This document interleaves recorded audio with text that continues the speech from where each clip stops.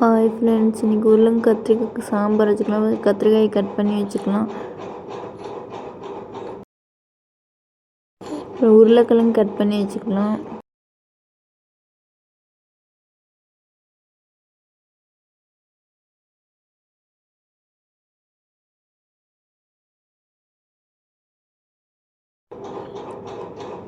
வெங்காயம் போட்டுக்கலாம், தக்காளி போட்டு நல்லா வதக்கிக்கலாம்.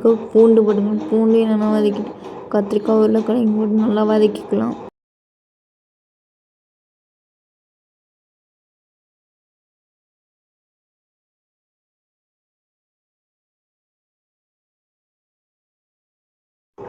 வேக வச்சு துவரம்பருப்பு எடுத்து ஊற்றிக்கலாம்.